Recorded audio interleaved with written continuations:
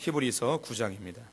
히브리서 9장 신약성경 362쪽입니다.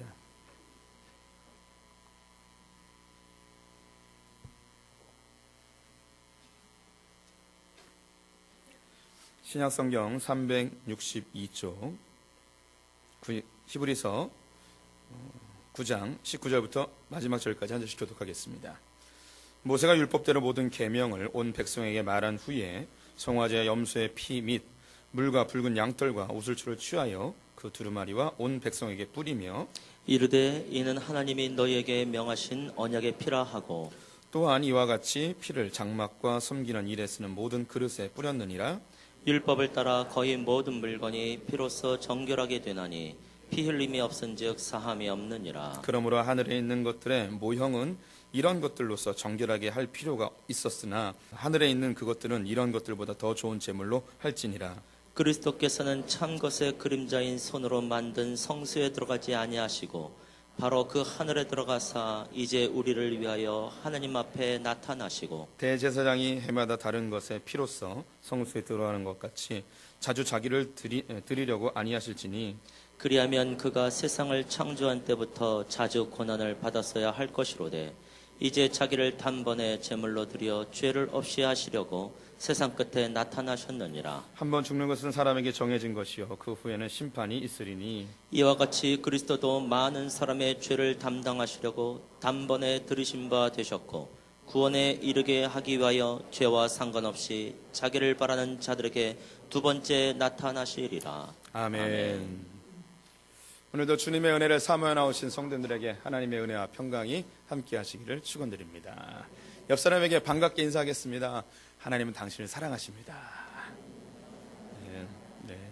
오늘 성례주일을 맞이하여서 우리 성도들과 함께 히브리서 말씀 함께 나누길 원합니다. 히브리서는요, 그 이름 자체에서 알 수 있듯이 히브리 사람들에게 보내진 편지입니다. 누가 기록하였는지 정확히는 알 수 없지만요, 사도 바울에 의하여 전도된 아볼로가 기록하지 않았는가 많은 학자들이 그렇게 추측을 하고 있습니다. 이 히브리서를 기록하게 된 이유는 히브리 사람들이 예수를 처음에는 메시아라고 인정을 하였는데 그가 십자가에 죽으심으로 인하여서 큰 실망을 얻게 되었습니다. 그리고 적극적으로 예수님을 저항하게 되었습니다. 그래서 이들에게 가장 큰 문제는 뭐였냐면 예수님이 메시아로 오셨다면 이스라엘의 왕이시라면 하나님의 아들이라면 왜 가장 처참한 십자가에서 죽어야만 했는가에 대한 고민이었습니다. 히브리서는 구약의 피 흘림의 제사의 문화와 예수 그리스도의 피 흘림의 관계성에 대해서 아주 자세하게 기록을 해주고 있습니다. 이스라엘 백성들이 구약에서 피 흘림으로 인하여서 피의 제사를 통하여서 하나님께 나아가는 자격을 얻게 된 것처럼 예수 그리스도의 피 흘림의 죽으심으로 우리가 하나님께 나아가는 자녀된 권세를 얻게 되었음을 대략적으로 설명할 수 있겠죠. 근데 여기서 우리는 한 걸음 더 나아갔으면 좋겠습니다. 하나님께서 자기의 독생자 예수 그리스도를 죽이시면까지 우리를 왜 정결하게 하시려고 하는지 이 부분을 오늘 좀 이야기하고 싶습니다. 타 종교와 기독교의 가장 큰 차이점을 이야기하라면 관계에 있습니다. 타 종교는요, 그들이 믿고 있는 신들과 인격적인 관계가 필요가 없습니다. 그냥 일방적으로 내가 필요한 것만 이야기하면 되고요. 또 일방적으로 그들이 이야기한 것을 잘 지키면 복을 받던 형벌을 받던 인격적 관계 없이 그냥 그들이 몸이 건조한 어쩌면 자기 중심적인 그런 신앙생활을 하게 되는 것이죠. 반면에 우리 기독교는요, 관계를 잃어버리면 모든 것을 잃어버린 것과 같습니다. 하나님은 인격이십니다. 우리를 창조하실 때에 우리가 사귀기 위하여, 교제하기 위하여, 관계를 맺기 위하여 창조하셨습니다. 성경에 우리와의 사귐을 갈망하는 주님의 마음이 많이 담겨져 있는데요, 그 중에 대표적인 한 구절만 읽어보도록 하겠습니다. 고린도전서 1장 9절 말씀 함께 읽겠습니다. 너희를 불러 그의 아들 예수 그리스도 우리 주와 더불어 교제하게 하시는 하나님은 미쁘시도다. 하나님은 미쁘신데 이 하나님이 하시는 일이 뭐냐면 우리와 주님 사이에 끊임없이 교제가 일어나도록 하는 것입니다. 이 미쁘시다라는 것은 믿음직스럽다, 신실하시다, 성실하시다, 변함이 없으시다, 뭐 이런 의미입니다. 하나님은 성실하게 변함없이 추구하시는 바가 있는데 그것이 무엇이냐? 우리와 하나님 사이의 교제입니다. 이미 아시듯이 하나님께서 우리를 창조하신 목적은 하나님과 사귀기 위해서입니다. 교제하기 위해서이죠. 우리랑 놀고 싶으신 거예요. 그런데 모든 관계에, 사귐의 관계에서는 상대방을 배려하고 상대방의 마음을 상하지 않게 하는 도리, 예의, 법칙이라는 게 있습니다. 남자와 여자가 사귈 때에 제 마음대로 여자를 막 움직이거나 내 스타일대로 여자로 끌고 가면 이거 사귐이 일어나지 않습니다. 한 사람이 포기하거나 한 사람은 종이 돼버리게 되어지죠.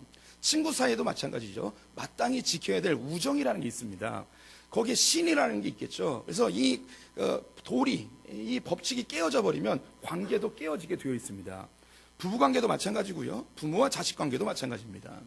이 세상에 있는 모든 관계는요, 이 관계를 유지시켜주는 법칙이라는 게 있습니다. 하나님과 우리 사이에서도 하나님이 우리를 대할 때에 무례하게 대하지 않으십니다.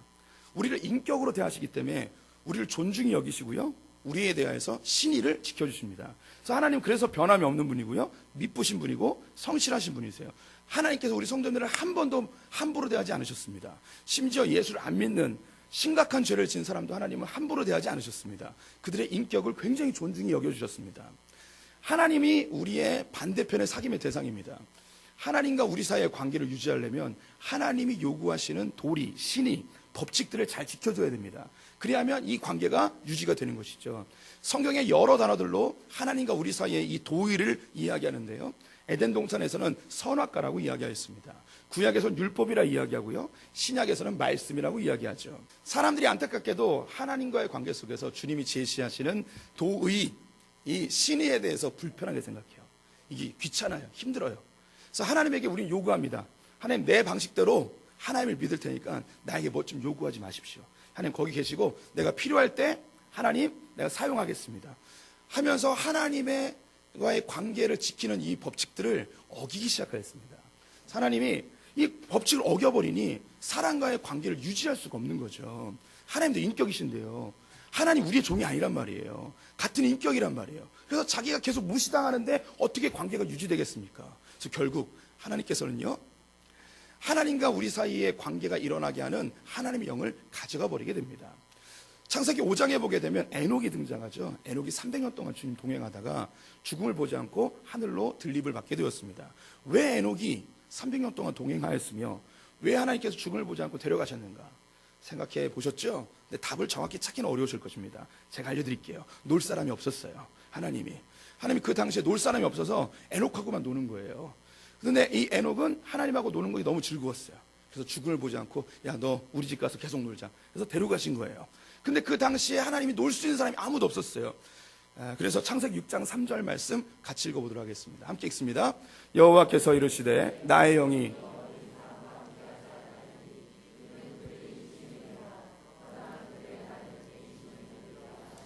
하나님께서 당신의 영을 가져가 버렸습니다.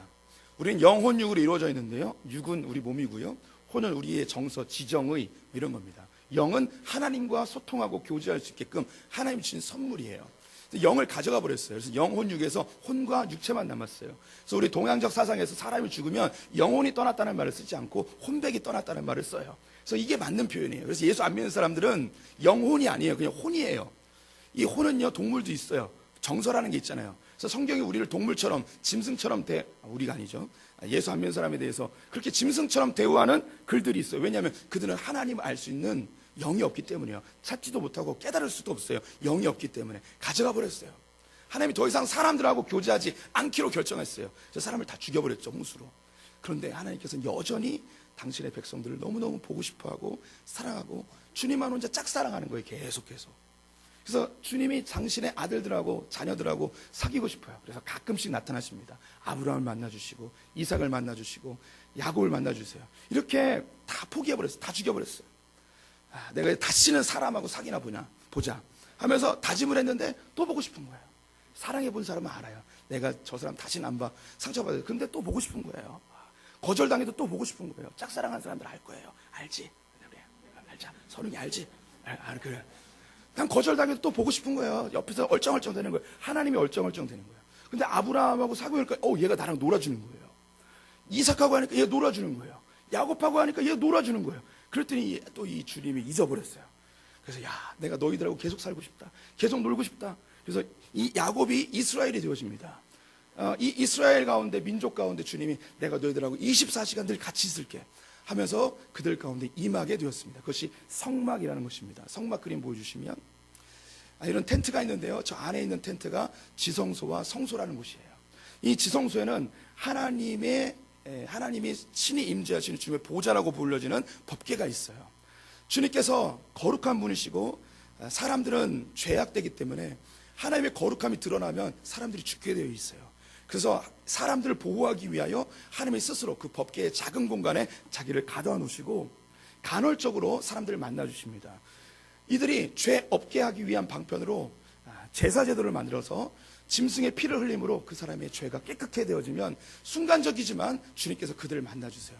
백성들이 번갈아 가면서 365일 날마다 주님을 찾아와 나오면 주님은 너무너무 기뻐하는 거예요. 그래서 이 하나님의 보좌 앞까지 가기 위해서는 이 번제단과 물두멍을 지나야 돼요. 이 번제단은 자기의 죄를 씻는 곳이에요. 죽여버리는 곳이에요. 물두멍은 세례처럼 자기의 몸을 깨끗하게 씻는 곳이에요. 그래서 주님의 보좌 앞으로 나아갈 수 있어요. 그런데 하나님께서 이 사람들에게 이 제사 제도를 주셨을 때에 기대하시는 바가 있었어요. 그들의 죄가 깨끗게 되어지고 그들이 의로워지면 그 몸 상태로 어디로 가기 원하는가? 주님의 보좌 앞으로 나가기 원합니다. 이 세상에 있는 모든 종교는요, 제사 문화가 다 있어요. 고대 종교에는 다 뭔가 죽여서 피를 흘려요. 왜냐하면 하나님께로부터 나온 종교들이기 때문입니다. 그런데 이 기독교는 다른 종교와 달라요. 모든 종교들은 이 제물을 죽이면서 제사와 예배 형식을 통하여서 얻고 싶은 게 있어요. 뭐냐면 죄책감을 해결하고 싶어요. 사람들이 이 죄책감을 견디질 못해요. 죄진 사람이 경찰에게 잡히면 시원하다는 이야기 하잖아요. 왜냐하면 이 죄책감은 사람을 점점 메마르게 해요. 죄들 져보셨잖아요. 앉은 척 하지 마시고요. 아시잖아요. 그 죄를 지으면 얼마나 메말라가는지. 그래서 사람은요, 하나님께 뭔가 잘하고 재물 드리고 예배하고 헌금 드리고 봉사해서 자기의 죄책감을 어떻게든 해결하고 싶어해요. 그리고 이 죄가 어떤 영향력이 있는지도 알아요. 삶에 문제가 생기고 자식이 잘 안 되고 병 걸리고 무슨 사건이 일어나면 사람은 자동적으로 무슨 죄가 떠오릅니다. 내 죄 때문에 이렇구나. 그래서 사람은요, 자기의 재앙을 막고 싶어해요. 그래서 이 제사의 문화를 통하여서 사람은 이 죄를 끊고 이 부정탄 것을 끊어버리고 내게 찾아올 재앙을 끊어버리기 위하여 이 제사의 문화를 모든 종교가 다 이용하고 있습니다. 그런데 모든 종교가 거기서 끝나요. 내가 죄를 해결하고 마음의 상처를 치유하고 자기 원하는 걸 이야기하고 재앙들을 부정탄 걸 막는 거, 여기서 끝나는 거예요. 모든 종교는. 그런데 주님은 달라요. 너희들 그렇게 깨끗해 됐지? 죄 해결됐지? 그 다음 뭐예요? 주님이 초대하는 거예요. 일로 와, 나랑 놀자. 나랑 놀자. 그래서 기독교가 다른 거예요. 제가 좀 오늘 흥분하죠. 제가 어제 기도를 많이 했어요. 주님이 이 내용이 제발 좀 잘 전달될 수 있게 해달라고. 한 명도 안 자고 잘 들을 수 있게 해달라고 이렇게 너무너무 소중한 내용이기 때문입니다. 그런데 이스라엘 백성들은요, 번제단에 와서 죄 좀 해결하고 부정적인 거 해결해서 자기의 삶이 잘 되고 평탄하고 이런 것만 생각하는 거예요. 주님이 제사를 주신 이유는 자기의 죄 정도 해결하기 위해서 주신 게 아닌데 하나님께 나오질 못하는 거예요. 한 예로 이스라엘 백성들이 하나님의 기적적인 방법으로 400년 동안 애굽에서 종살이 하다가 그들이 구출받았습니다. 시내산에 도착하게 되었어요. 주님이 너무너무 보고 싶었어요. 400년 동안 기다린 거거든요. 그래서 모세를 통하여서 이스라엘 백성들을 몸을 깨끗하게 씻어 정결하게 하라. 그리고 정해진 시간에 나오면 내가 너희들을 만나러 오겠다. 주님 너무너무 기다린 거거든요. 400년을 기다렸단 말이에요. 견우와 직녀가 7월 7성날에 만나는 것처럼. 근데 주님은 400년을 기다렸어요.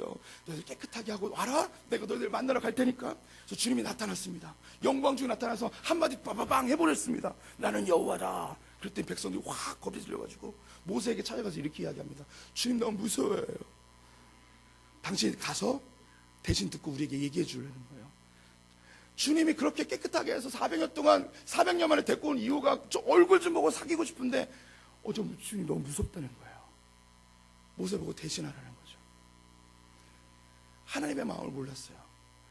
민수기에 이 모세의 심정에 나와 있는 글이 있습니다. 민수기 11장 29절 같이 읽습니다. 모세가 그에게 이르되 내가 나를 두고 시기하느냐.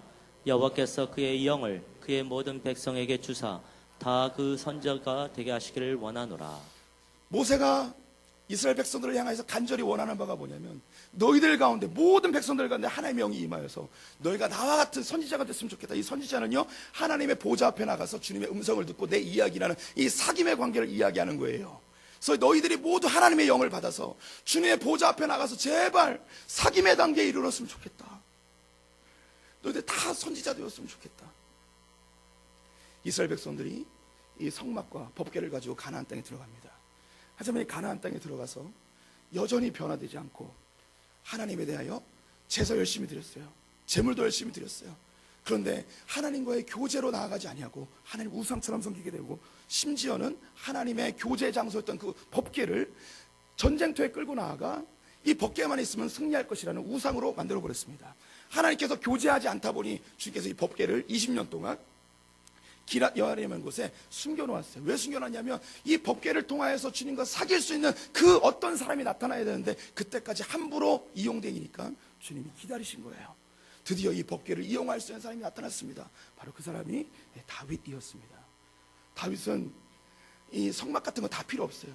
장막에다가 그 법궤를 놓았어요. 번제단도 없고요, 물두멍도 없어요. 이건 뭐냐면 죄 쓰심이나 뭐 몸을 깨끗하게 정결하게 하는 건 이게 중요한 게 아니라는 거예요. 신앙의 본질은 주님과의 사귐이라는 걸 아는 거예요. 그래서 이 커튼만 젖히고 들어가면 주님의 법궤, 주님의 보좌, 주님과의 사귐의 관계로 다이렉트로 들어갈 수 있어요. 그래서 우리가 하나님과의 친밀한 만남의 장소를 다윗의 장막이라는 이름으로 말하는 거예요. 하지만 이스라엘 백성들은 성전을 짓고 그 안에 법궤를 갖다 놓고 또다시 종교놀이를 하기 시작했습니다. 하나님은 백성들을 너무나 만나고 싶어 하는데 벽돌로 겹겹이 쌓여있는 이 성막 속에, 성전 속에서 이 백성들의 얼굴을 보고 싶어도 볼 수가 없는 거예요. 지금 어떻게 하면 좋을까요? 방법은 하나죠. 이 성전을 박살내야 되는 거예요. 백성들을 보고 싶은데, 교제하고 싶은데 자꾸 사람의 종교성이 이걸 다 갈아먹어 버리니까 다 뜯어내버렸습니다. 박살내버렸습니다. 그리고 그들이 우상처럼 섬기는 법궤도 다 없애버렸습니다. 그럼에도 불구하고 주님은 미쁘셔서 신실하셔서 자기 백성들을 끊임없이 만나고 싶어합니다. 그래서 주님은 그 법궤, 말씀, 하나님의 말씀의 상징물이었던 이 법궤가 이제 말씀이 육신이 되어 우리 가운데 찾아오십니다. 하나님께서 육신 그 안에 이 작은 공간에 자기를 집어넣으셨습니다. 그분은 우리를 예수 그리스도라고 일컫습니다. 이 예수 그리스도의 육신을 입고 하나님께서 이 땅 가운데 오셔서 자기 백성들과 사귀고 싶어 했어요. 계속 만나고 싶어 하는 거예요. 그런데 이 백성들이 웃긴 게 뭐냐면 예전에 했던 그 모습과 똑같은 짓을 계속하는 거예요. 예수님께 찾아와요. 노는 것 같아요. 밥도 먹는 것 같아요. 그런데 얘네들은 이 예수 그리스도를 통하여서 하나님을 만나야 되는데 자꾸 이 육신에 보이는 예수님에게만 집착합니다. 예수님이 계속 이야기합니다. 내가 온 것은 하나님을 알게 한 것이다. 나를 영접의 자녀가 되어준다. 내가 곧 길이요 진리요 생명이니 나로 말미암지 않고는 아버지께로 갈 자가 없다. 예수님이 소개시켜 주고 싶은 것은 저 하나님이에요. 주님과의 교제 안으로 들어가고자 고린도전서 처음에 읽었잖아요. 주님의 교제로 나아가게 하고 싶은 거였죠. 근데 이 백성들은 예수님이 주시는 기적, 병 나음, 먹는 거, 예수님 잘 쫓아다니면 총리가 되어지거나 좌의정 우의정 되고 싶어하는 이거에 저만 관심이 있는 거예요. 예수님을 통해서 하나님을 만나야 되는데, 주님을 교제해야 되는데 이게 없어져 버린 거예요. 그래서 주님이 예수 그리스도의 육체 안에 거하시면 너무 답답한 거예요. 얘네들이 자꾸 기적에만 있고 물질에만 있고 먹는 거에만 관심 있는 얘들을 보면서 너무너무 답답해서 주님이 너무너무 보고 싶은데, 사귀고 싶은데 자꾸 그 안으로 못 들어오니까 주님은 어쩔 수 없이 그 예수 그리스도의 육체를 찢어버립니다. 너들 왜 자꾸 나를 모르니? 찢어버려요. 예수 그리스도를 죽여버립니다. 그래서 하나님이 자기 아들 독생자를 죽여요. 찢어버리는 거예요. 찢고 나와서 그의 백성들과 사귀고 싶어서. 이 모습이 창세기에, 구약에 이미 선명하게 드러나 있어요. 요셉이라는 사람이 있습니다. 이 사람이 형들에 의해서 애굽에 팔려가게 됐죠. 애굽의 총리가 되었습니다. 그런 총리의 옷으로 변장하고 있었습니다. 하지만 그 안에는 뭐가 담겨 있었냐면 요셉이라는 사람이 담겨져 있었습니다. 자기의 형제들이 먹을 것을 구하기 위하여 자기 앞에 찾아왔습니다. 계속 힌트를 줍니다. 자기가 요셉인 것을. 하지만 알지 못해요. 눈이 가리워져서. 왜냐하면 이 총리, 애굽의 총리 그 안에 있는 요셉에 대해 관심이 없어요. 뭐에만 관심이 있냐? 그들이 기근으로 인하여 먹고 사는 게 문제예요. 요셉의 관저로 그들을 초대하였습니다. 같이 밥을 먹었습니다. 같이 밥을 먹어도 그들의 온전한 관심은 어떻게 하면 더 많은 재물을 가지고 가서 잘 먹고 잘 살까만 관심이 있는 거예요. 그런데 그 안에 있는 이 요셉의 총리의 그 껍데기 속에 들어있는 진짜 요셉은 뭐 하고 싶었냐면 형들하고 교제하고 싶은 거예요. 형들하고 같이 밥 먹고 싶고 같이 놀고 싶은데 아무리 힌트를 줘도 알아보질 못하는 거예요. 요셉이 너무너무 답답해가지고 자기의 육신을 찢어버립니다. 애굽의 총리의 옷을 벗어버려요. 화장을 지우고요, 관을 벗어버리고 그들 가운데 자기 옷을 찢고 나아가서 이야기하며, 형님들, 내가 요셉입니다. 내가 요셉입니다. 그들의 형들은 깜짝 놀라죠. 그가 요셉인 것을 알고도 그 이후에 그들의 죄의 문제로 인하여서 요셉과 전혀 교제하지 못합니다. 늘 두려워만 합니다. 그 안에 들어가 풍성한 사귐이 이루어지지 않았습니다. 이것이 이스라엘의 모습이고, 자칫 잘못하면 예수를 믿고 있는 우리의 모습일 수 있습니다. 주님께서 예수 그리스도 당신의 아들을 왜 십자가에 못 박혀 죽게 하셨을까요? 그냥 우리의 죄의 문제 좀 해결하려고요? 우리의 삶에 정서적인 안정감 주려고요? 그냥 평화 주려고요? 내 상처난 마음 좀 아까진기는 반창고 정도 발라주려고요? 아니에요.